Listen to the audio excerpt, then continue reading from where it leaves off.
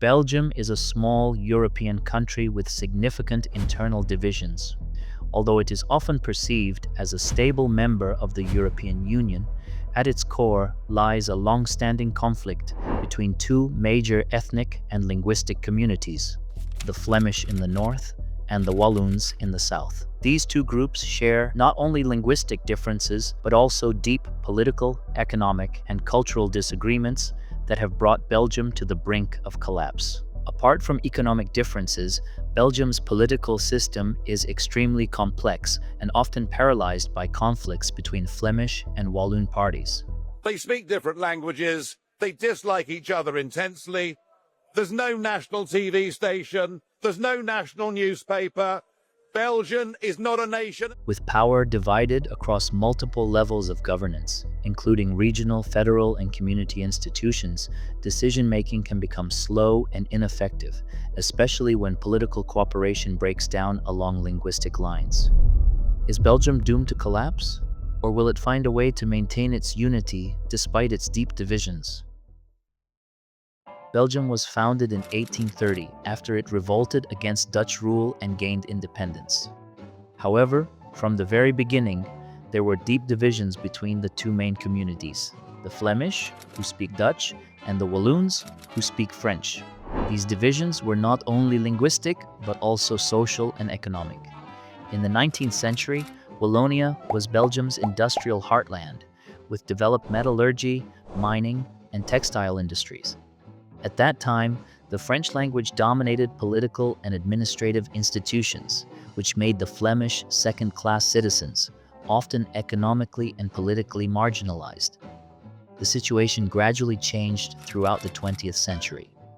After World War II, Wallonia experienced economic stagnation due to the decline of heavy industry, while Flanders saw strong growth in services, technology, and trade. This transformation was not just economic. It shifted the entire balance of power in the country, creating a sense of resentment in Wallonia and ambition in Flanders. During the 1960s and 1970s, numerous reforms transformed Belgium into a federal state with separate Flemish and Walloon regions. But these reforms did not resolve the conflicts, but merely formalized them. Today, Belgium operates as a state with three communities: Flemish, Walloon, and bilingual Brussels. But internal divisions still threaten its stability. Belgium has three official languages: Dutch, French, and German. Linguistic borders are clearly defined. Flanders uses only Dutch, Wallonia uses French, and a small part of the country in the east speaks German. Brussels, although officially bilingual, is predominantly French-speaking, which further complicates the situation as it is located within the Flemish region. This anomaly, a French-speaking capital in a Dutch-speaking region, is symbolic of the country's internal contradictions. Culturally, the Flemish and Walloons live in parallel societies. The Flemish consume media from the Netherlands and local Dutch language outlets, while the Walloons follow French media. This cultural divide extends to education, music, film, and even sports, where local heroes rarely cross linguistic lines. Politically, Belgium is one of the most fragmented democracies in the world. Most political parties operate only within one linguistic region. Flemish parties do not compete in Wallonia and vice versa. This makes it almost impossible to form strong national coalitions. The result is a country that functions with parallel governments, federal, regional, and community-based, that often pull in different directions. The Flemish increasingly see themselves as Flemish first and Belgian second. They point to their economic contributions and demand greater control over taxation and governance. The Walloons, on the other hand, tend to identify more strongly with Belgium as a whole, partly out of concern that separation would weaken their region economically and politically. Belgium often undergoes lengthy negotiations to form a government because Flemish and Walloon parties rarely manage to find common ground. The record 541 days without a government between 2010 and 2011 clearly shows how difficult it is to achieve political consensus. This constant instability undermines the country's international credibility and leaves critical reforms in limbo. Flanders is considered the economic engine of Belgium. It is an industrialized region with a high standard of living. Major industries include electronics, chemicals, logistics, and advanced technologies. Its ports, such as Antwerp, are among the largest in Europe. This creates dissatisfaction in Flanders, where many feel they are subsidizing Wallonia through federal redistribution. Wallonia, still recovering from the collapse of its industrial base, has higher unemployment and lower economic output. There are efforts to revitalize the region through investment in green energy and tourism, but results have been modest so far. Although Belgium has managed to survive so far, more and more politicians and analysts believe that its collapse may be inevitable. Will Belgium split peacefully, like Czechoslovakia, or will it find a way to preserve its unity? If Belgium experiences a collapse, it would mean profound changes for all its regions and the broader European environment.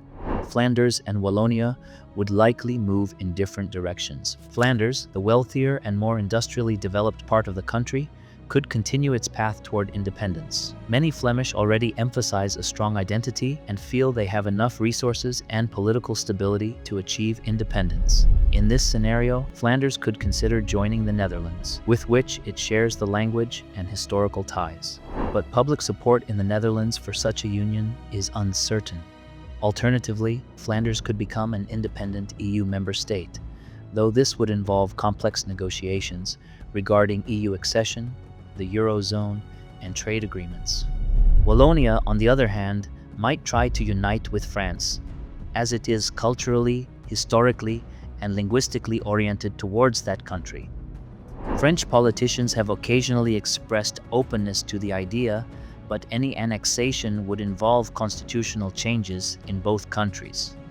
Another possibility is that Wallonia becomes a small independent state, though this would likely come with significant economic challenges. Brussels represents a key point of conflict. The city is located in the heart of Flanders, but has a predominantly French-speaking population. Its status would be a central issue in any breakup scenario. Brussels could become a special political region, an international district under the authority of the European Union. The EU, headquartered in Brussels, would have a vested interest in the city's future status and stability. A breakup of Belgium could inspire separatist movements elsewhere in Europe, from Catalonia and the Basque Country in Spain to Corsica in France and South Tyrol in Italy. In a more extreme scenario, foreign powers could seek to exert influence in the aftermath of Belgium's fragmentation. Russia, for instance, could use the situation to highlight European disunity, while China could attempt to build bilateral relations with newly formed states to expand its Belt and Road Initiative. The political and economic implications would be significant. The EU could face pressure to take a more active role in managing internal political realignments, and NATO would need to adapt to new territorial realities within one of its member states. Belgium's future will depend on whether both communities find a compromise or whether, as many predict, political separation will come, shaping a new political and social reality in the heart of Europe. The question remains open. Will Belgium become a model of federal resilience or a peaceful example of how even the most integrated nations can part ways? If you like the content, click like and subscribe to help the channel grow and enable new videos.